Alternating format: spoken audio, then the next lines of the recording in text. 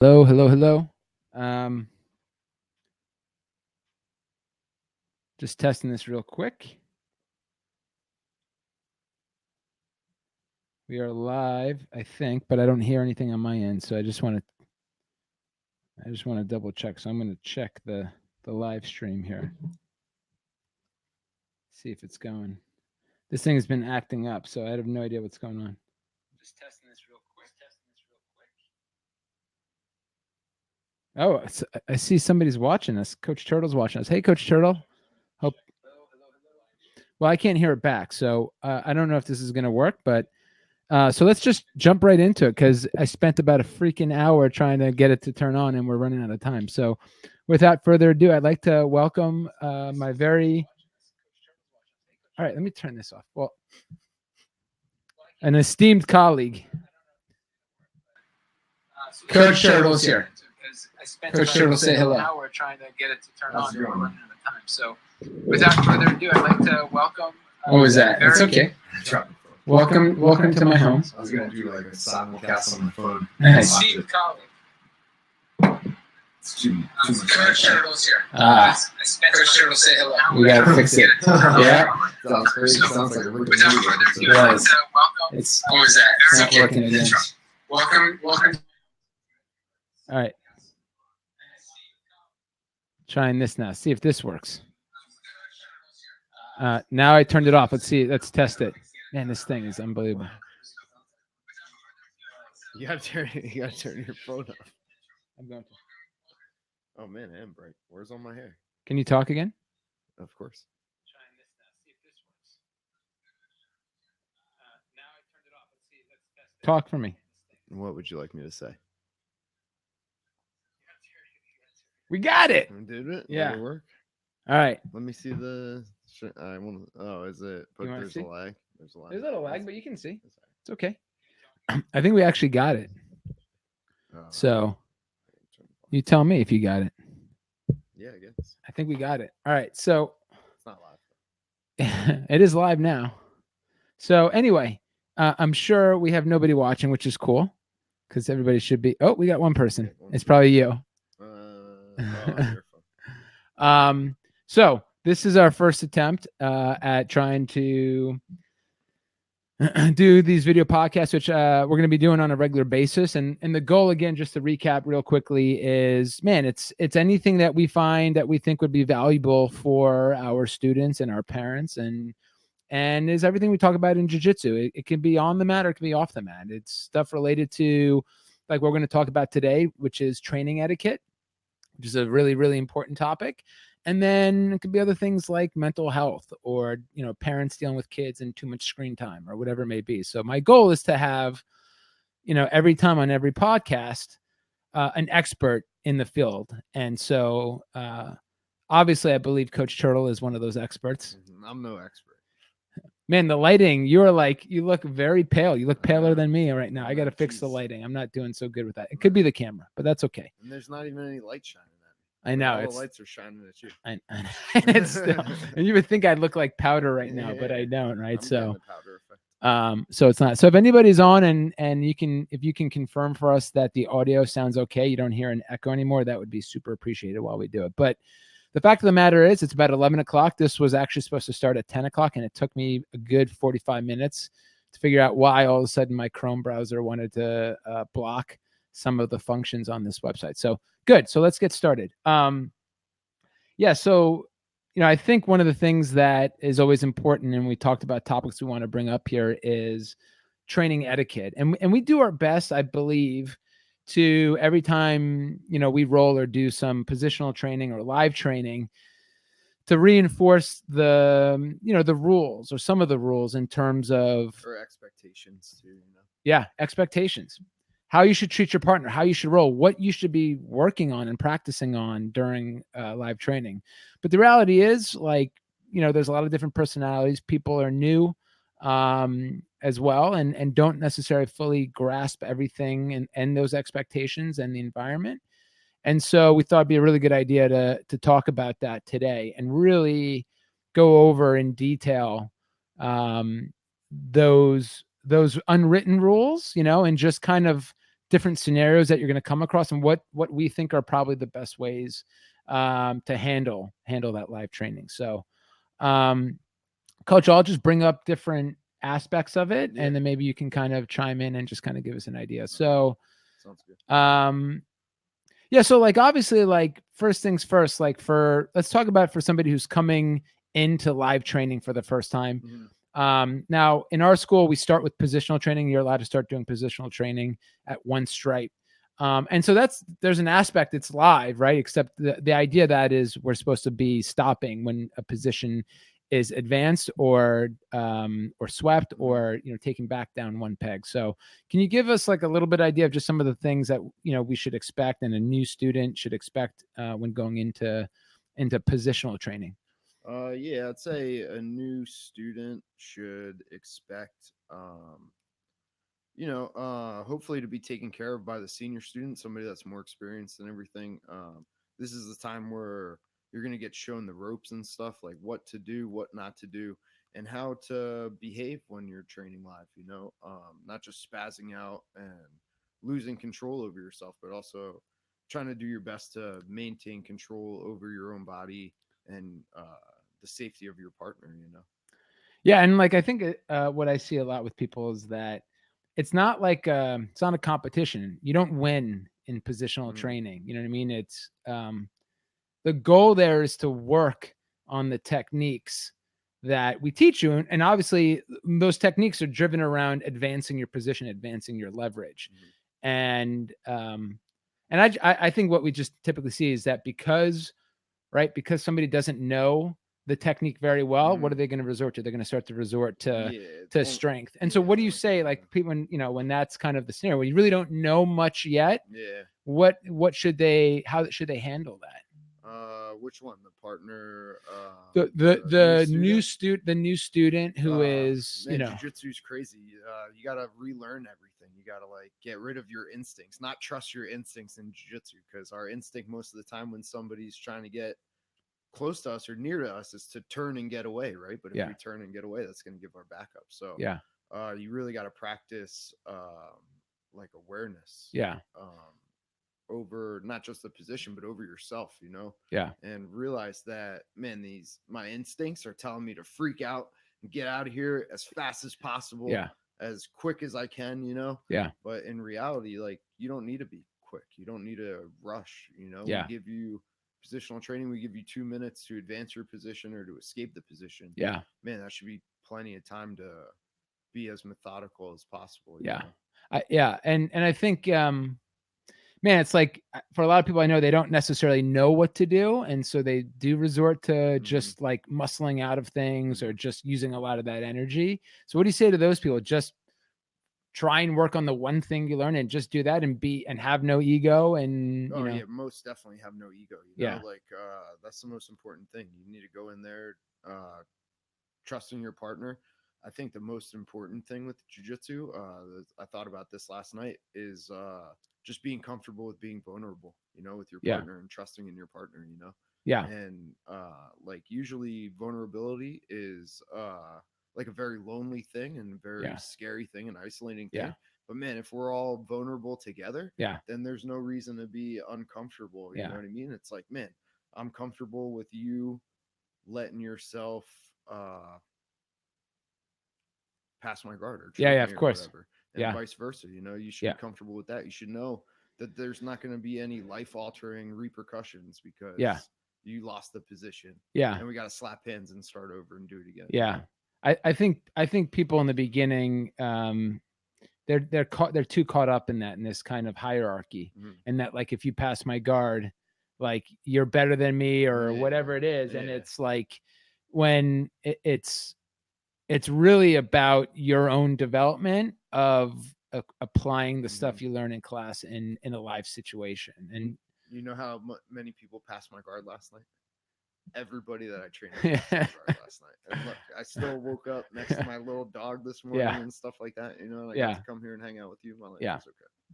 Yeah, I know. And I think it's just it's part of that process of the longer you're there, the more you understand that is. But I think our goal is to try and relay this information and the understanding of what the goal is when you do live training. I mean, it's great. Look, it's a great stress reliever and outlet. You get to roll around and get sweaty and burn off calories or whatever you want to do it for. But I think it's important to understand that your potential insecurities and all of that, or feeling like you're going to lose, and then forcing and getting physical, is a safety issue. Big time safety issue. And not necessarily understanding that all the time is, like I was thinking about this yesterday. It's like, man, we are literally like committing assault and battery on each other at any given, back and forth constantly. And people got to understand, like, that's a serious thing. There's a lot of trust that has to go into two people, like, agreeing to do that and knowing that, hey, you're going to, like, we have each other's interests at hand here. And this is just jiu-jitsu that we're doing too. Like back when I used to fight MMA and stuff like that, man, those sparring sessions, you had to have even more trust. Yeah, I'm sure. And everything like that. Because now we're kicking each other in the head and punching each other in the head and taking each other down, then trying to strangle each other and stuff like that. So, and that's a good point. It's all about trust and just knowing your strength, and not going 100%. Right. Think about yourself too, that you can control yourself. It's a great point because, man, right. So being under Professor Ricardo and him being a very high profile MMA coach and getting to see and experience, and even, when you were training MMA, but going and seeing, some of the best in the world, right? Literally. Like Eddie and Frankie and Corey and all these guys, Hodge and Gracie, we were just talking about, like, man, these guys are training MMA and they're, they got everything is on the line for them. This is their livelihood. Are they hurting their partner intentionally? Are they doing those things? No, because they know. And then, man, like now present day, like we still train with them Mondays and Friday mornings, and like we're these guys' training partners. We have these huge fights coming up, like that are worth, like, the fight is worth like $100,000 or more. And like now we got to practice what we're preaching. We got to take care of these guys so we don't accidentally hurt one of these guys, blow their knees out with a heel hook or something like that, or do something clumsy and like hit them in the face and cut them or something, so they can make it through their training camp, get good training, and be able to perform at a top level during the fight with no injuries. And so it goes to the word we've been using the past couple of days, right? Like, because they still need good roles. They still need to be intense. It still needs to be a certain level of, hey, we've got to simulate what it might be like, or allow them to work on skill set. But you got to learn to use control. So the term controlled intensity is the word we've been talking about. So it's a word for everybody that I want everyone to consider, is when you go in there and we're training, whether it's positional training or live training, you can be intense, right? You can pick up the pace. That's okay. And especially, we'll talk about it in a minute in terms of who your partner is, but you got to have control. Uncontrolled intensity is a liability, right? It's dangerous. Nobody wants to train with somebody who is not controlled in their manners, right? Because we all live lives outside of jiu-jitsu. We, a lot of us are in our 30s and 40s and have families and have jobs that we have to be able to go to in order to make money. And if we break our arm or break our leg or injure ourselves really bad or have to have surgery, like that impacts, man, that impacts a lot of things. So like, you've got to have that level of consideration for your partner. And then even worse if you do that to somebody else, 100%. Took them out. Now they're out for a certain amount of time. And who knows if they'll have the drive to come back after or something like that, And I think that definitely working yourselves through the positions, you can be a little bit more with your controlled aggression. And but man, once you start getting to a dominant position and you're working for the submissions, then it's time to really take your time and really take care of your partner. Especially going for joint locks or leg locks and things like that, because that's when, if we rush and like, we're tight and everything, but we could slip and fall and lose control and accidentally hurt their elbow or hurt their knee or their ankle or whatever. And like, it's really time to just work on your technique and practice, like just taking your time and being slow. Yeah. You watch guys like Professor Gordon Ryan in ADCC. Yeah. He didn't rush any of his submissions. No. You know, he took his time, worked the position, Yeah. worked his technique, and got the finish. You know, Yeah. that's what it's about. I agree 1,000%, obviously.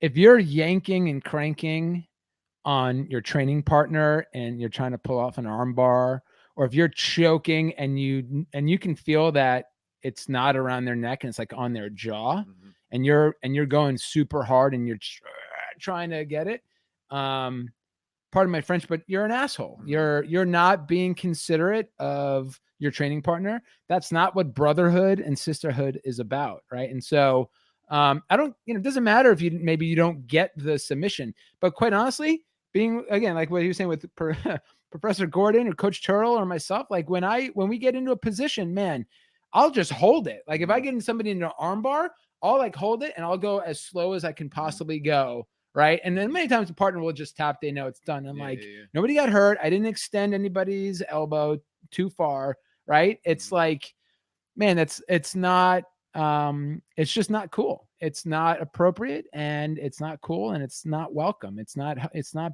being considerate of your partner. And your jiu-jitsu is getting good when your training partner knows that this particular submission or something's coming. Yeah. And you're taking your time, you're taking care of your partner, and there's still nothing they can do to stop you. Right. And that's what you should be working towards. That's the level that we want to get to. So let's talk about some other rules. Let's talk about weight, like things like going with somebody there's a difference in gender, which can be something as well. And usually if it's a difference in gender, it's not necessarily a man or woman thing, in my opinion. It's a size thing. It's still, to me, I think typically comes down to size, because I've trained with women that whoop my butt and are smaller than, you know what I mean? Like it's not necessarily a man or woman. So let's talk, if you can share just like thoughts on obviously like weight difference and size difference and even age difference and sometimes gender difference. Well, first off, the first thing you should really be focusing on training with whoever, a kid or an adult, it's always technique. Technique should be the first thing. I always believe that when I started training jiu-jitsu, I wanted to start lifting weights and stuff like that and get big and strong, so I could wrestle harder and things like that. But then that's what it would be. It would be wrestling. It wouldn't be jiu-jitsu, Right. So you take guys like Professor Bongiorno, like, sorry to call you a broomstick, but it looks like a broomstick, you know what I mean? But man, he's like the toughest dude to train with, you know what I mean? And he's like 135 pounds, 140 pounds, you know? And you really need to work on the technique first. Like technique will beat everything. And then once your technique gets better, then start building some strength up. Right. But then you're still not even using strength, like aggressive strength. Right. Your strength is just amplifying your technique more, and your technique does that back to your strength and stuff too. So but like try not to use any strength. Like I don't want to hear Monica Seles out there hitting grunting and we got one student, I call him Manica Seles because he's always making noises like that and stuff. And you shouldn't be grunting. You should be working your bridges, your hip escapes, keeping your elbows in, because man, when your elbows come out, that's when you're going to get submitted, but that's when you're also going to hurt your partner, flailing your elbows around and things like that. Just take your time and have fun with it. Like just man, let go of your ego. Just be there, be present, be aware of your partner. Be aware of yourself. And just work your technique, work on flowing, just work on being smooth, making it look like a lot of people always tell me like that when I do jiu-jitsu, it looks like art, it looks like I'm painting and stuff with a paintbrush. I'm like, man, that's how it should be, whether it's with 100-pound kid student or a 250-pound adult student, and whether it's a 4-year-old or a 72-year-old, you know what I mean? Like, and just always focus on safety, if your jiu-jitsu looks like art with like a paintbrush, mine looks like somebody takes a bucket I was gonna say somebody like chiseling a piece of wood. That's what Coach Mike's jiu-jitsu. That's what my jiu-jitsu looks like. Other things that I think come up, like if you want to go over for us, submissions and types of submissions that are allowed, so maybe you got a new blue belt and and they wrist lock and they knee bar. Yeah. Can you talk about that a little bit? Yeah. So in the gi, obviously, can't really do heel hooks. Who I'm not gonna say any names, but somebody tried heel hooking me. Was it last night? I think it was last night in the gi. I hadn't trained with this guy in the gi in a while, and he starts locking a heel hook up on me, and like he was like pulling on it, and he didn't have my knee isolated good enough, so I didn't feel anything. I was Yeah. looking at him, and I was like, "Man, do you want to do heel hooks in the gi for real?"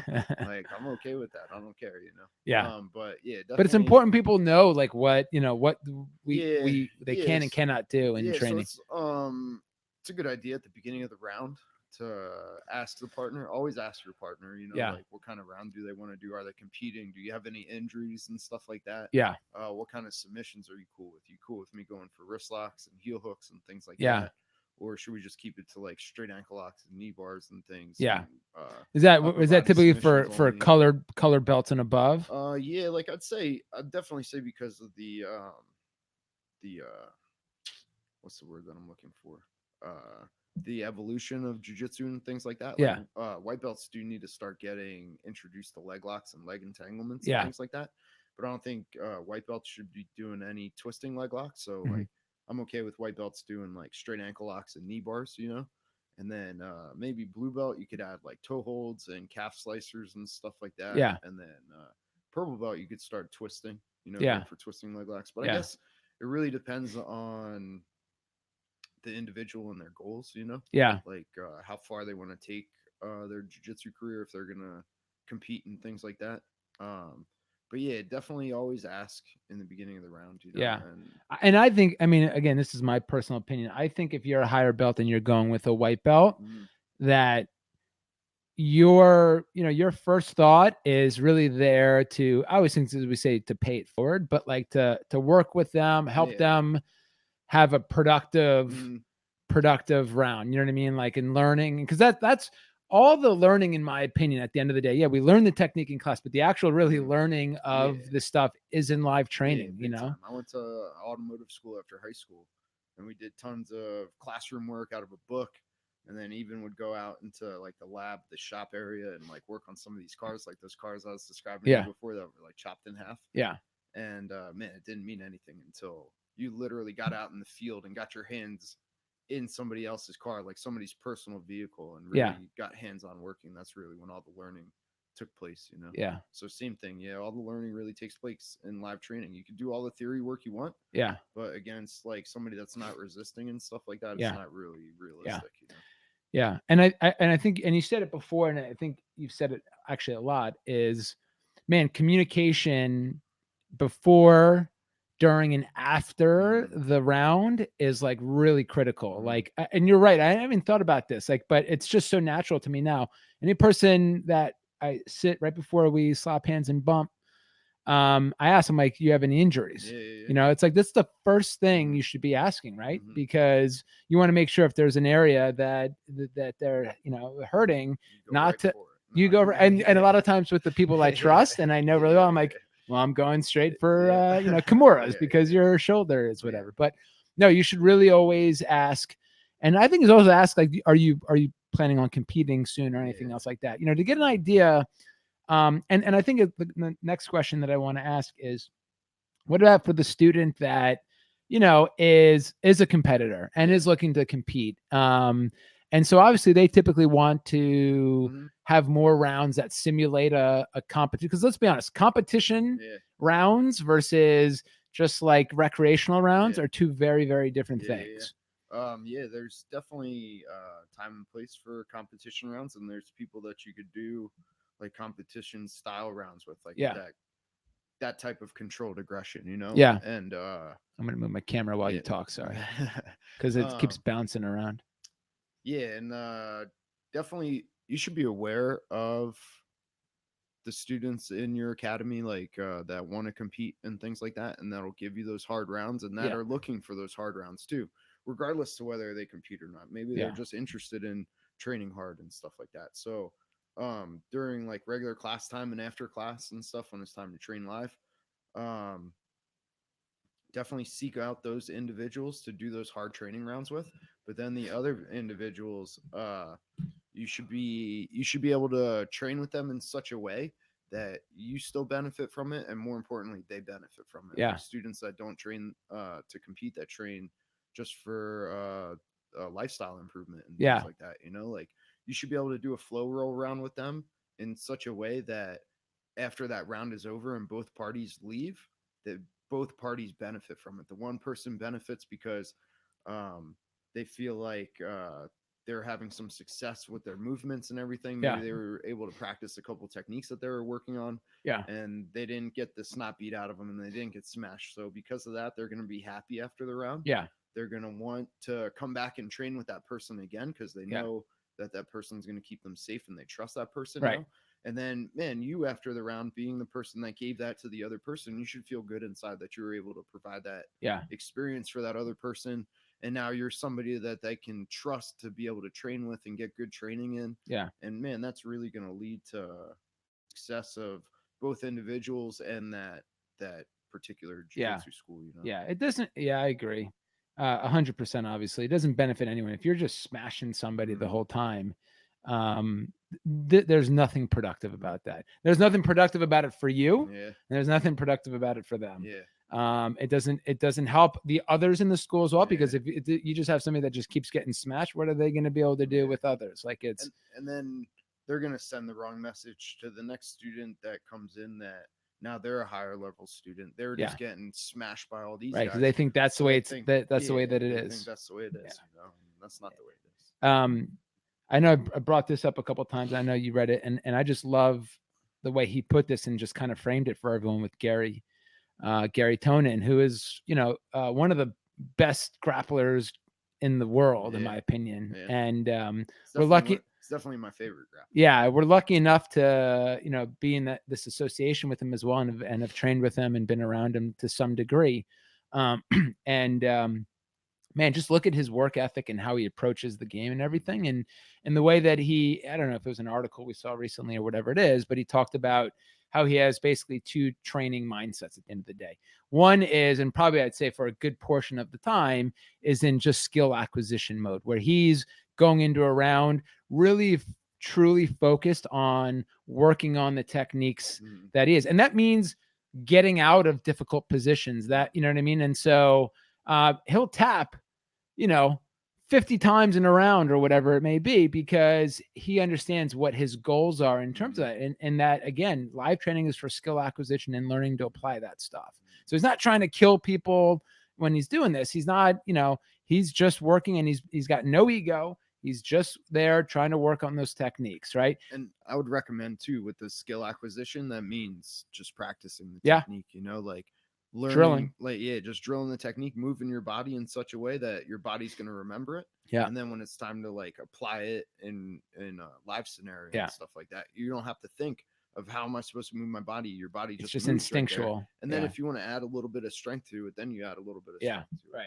Yeah. Well, that's why we drill, or we try to, right? I mean, and I try and tell, and sure we say this to everyone who comes in and a new belt and a new white belt, and they come into live training, they don't really know much because they're not supposed to. They don't. There's so much stuff that has to be learned. And it's like anything, basketball, football, baseball, whatever skill you're learning, there's so many times you have to go through it before it starts to become instinctual. So understand that process has to take place.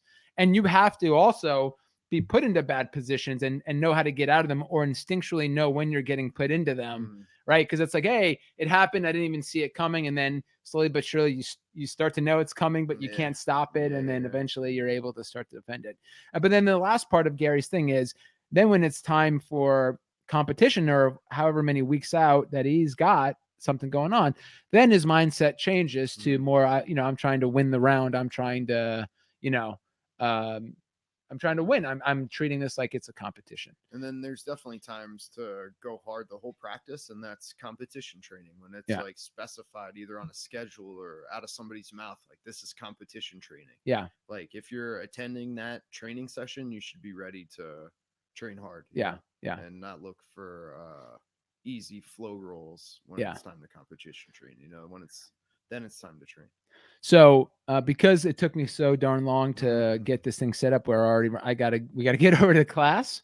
So do you have any other closing thoughts on advice you want to give to anyone about training etiquette stuff? I do actually. This quote, I love this quote. I used to read it when I'd go out and right before I'd compete and everything, just to get like me in a certain state of mind. But I thought about it in a different way. It's do every act of your life as it was the very last act of your life, you know.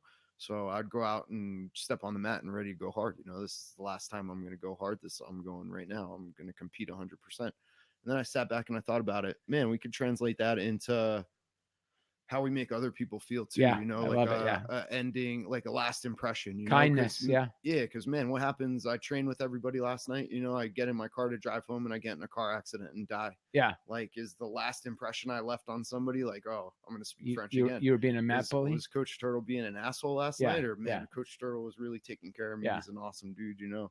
So just keep that in mind. You know, do every act of your life as it was the very last act. Would you be proud of it or not? You know, man, I love that. And just to add to that, you know, anytime I've gone to unfortunately like a funeral and you hear people talk about that person, it is always about, it's not about how much money they made or how successful they were in life.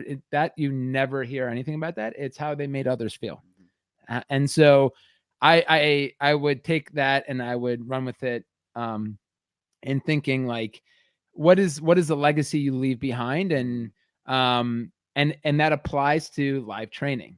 How do you make other people feel? Like you can still get your work in and do your things, but at the end of the day, are you treating that person with respect and kindness? And that applies in live training, because you know they're putting their trust in you that you're not going to hurt them, whether intentional or unintentional, whether it's because you're being reckless or because you're just an asshole.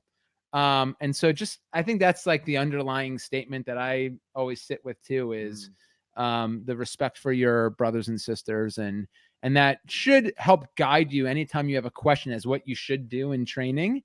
Always think about that. I think at the end of the day, this is the way that I would see it. There's a lot of other details I think we can get to. One of the things I think we'll put out is maybe in a post, like the rules for submissions and stuff like that. You know, I'm putting this stuff on paper too, because not everyone's going to be able to see this or want to bear listening to the two of us talk for half an hour. But maybe we'll put some stuff out. And again, this is the first of many. So Coach, I appreciate your time as always. I love you and I appreciate you. Man, it was fun. And hope you guys enjoyed it, and we'll see you on the mats. Turn this stuff off.